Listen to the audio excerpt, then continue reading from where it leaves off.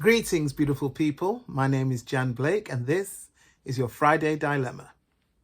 Once upon a time, there were two friends traveling, and they were there because it was their initiation. Their families in their village had said that in order to be considered adults, they had to go out into the world, spend time with each other for 3 days and 3 nights, and to return without having had an argument, without having had a dispute, without having had a fight. They walked, they talked, they enjoyed their time together, and on the first night they were given hospitality in a nearby village. The second day it was the same. They walked, they talked, they enjoyed each other's company, and that night they were also given hospitality in a nearby village. The third day wasn't so smooth. The weather was terrible. There was a terrible windstorm. There was dust and there was dirt and there was sand, and it was blowing in their eyes, their ears, their mouths, their noses. They were irritable, they were hot, they were sticky, and they were fed up. And to make matters worse, they couldn't find anywhere to stay. Finally, their legs led them to a village. But before they could enter the village, the headman, he said, "No, I'm sorry, you can't come in." "Do you mean we can't come in?" said the girl. "We've been walking and walking and walking, and you cannot refuse us hospitality.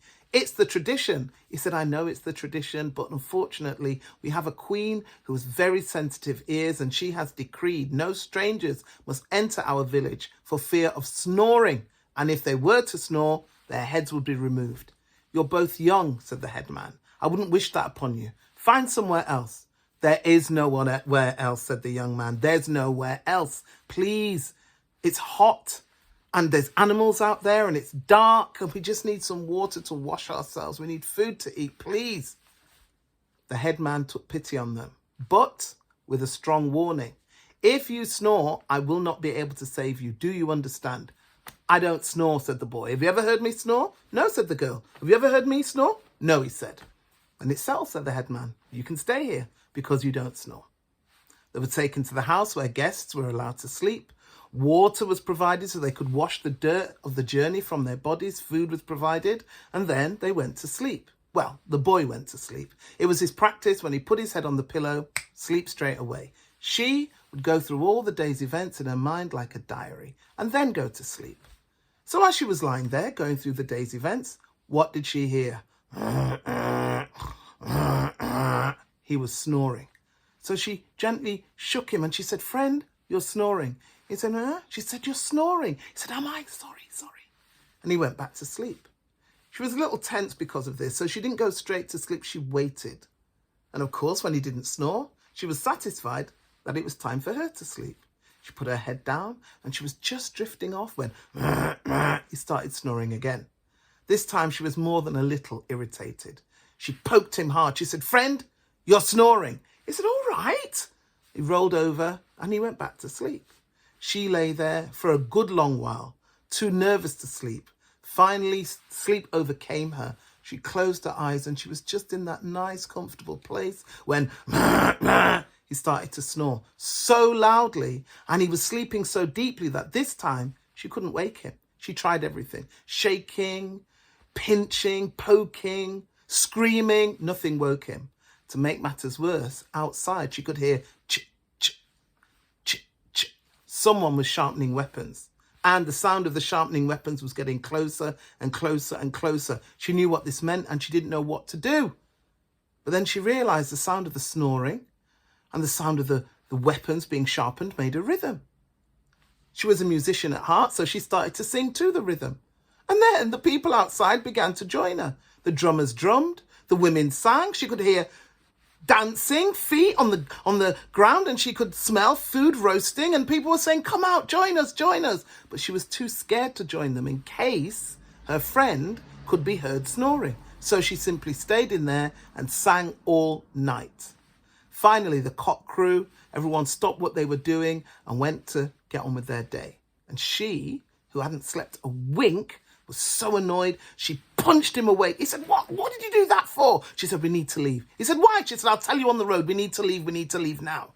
So he got his things together. He said, "No breakfast?" She said, "I'll tell you on the road." As they were leaving the village, she heard a voice. "You, stop!" Her heart began to beat. Kadoop, kadoop, kadoop, kadoop. It was the headman and the queen. The queen approached her. She said, "My dear, you have a beautiful voice. Why didn't you join us? I want to reward you. Here." And she gave her 2 bags of gold. "This is for you." "Thank you," said the girl. She tied the gold to her belt. She bade farewell. He bade farewell, and they left. But as they were walking, her friend, he eyed her curiously, and he said, "Why did she give you gold? What does she mean about you've got a good voice?" So she told him everything. She said, "Because of you and your snoring, I had to sing all night.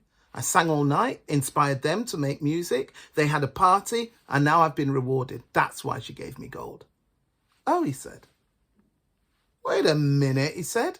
"If I snored, and that's the reason why you had to sing, and that's the reason they made the music, and that's the reason they gave you the gold, half that gold belongs to me." She said, "I don't think so," she said. "What are you trying to say? I sang all night, saved our lives, and you want to be rewarded for that? I don't think so. This gold is mine." He said, "Listen, without me, none of this would have happened. The gold is mine." And for the first time in their friendship, they argued. They argued. They laid hands upon each other. They pushed, they shoved, they screamed in each other's faces. All of this whilst going back to their village. Their parents were waiting for them on the threshold, expecting them to pass the test. What did they see? Their children fighting, pushing, arguing. And when the elders came out and said, "What's the meaning of this?" they told them everything. And the elders, they didn't know what to do. "Help us," said the girl. "Who does this gold belong to, me or him?" Nobody knew. You're the elders. Who gets the gold?